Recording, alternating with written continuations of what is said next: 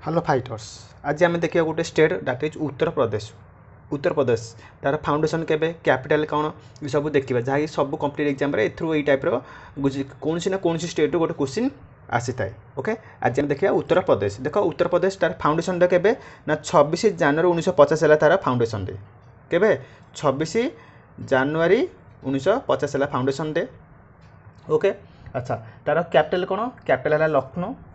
Uttar Pradesh capital कौन Lucknow. Official language कौन Hindi. Uttar Pradesh official language कौन हिंदी।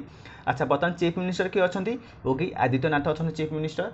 ओके अच्छा बर्तमान गवर्नर किए अच्छा आनंदीबेन पटेल अच्छा गवर्नर अच्छा।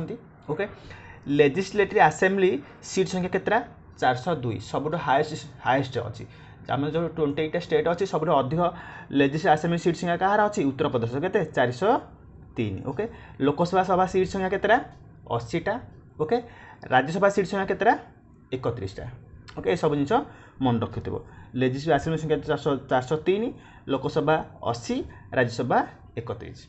ओके सेमती आम यूट्यूब चैनल टोटाल जो 28टा स्टेट आउ 8 यूट्यूब अच्छी सबुतकर यही सब फॉर्मेशन यही टाइप्र नोड्र आवेलेबल अच्छी जो मैंने वीडियो देखिन जाकि देखिदेव। ओके थैंक यू धन्यवाद।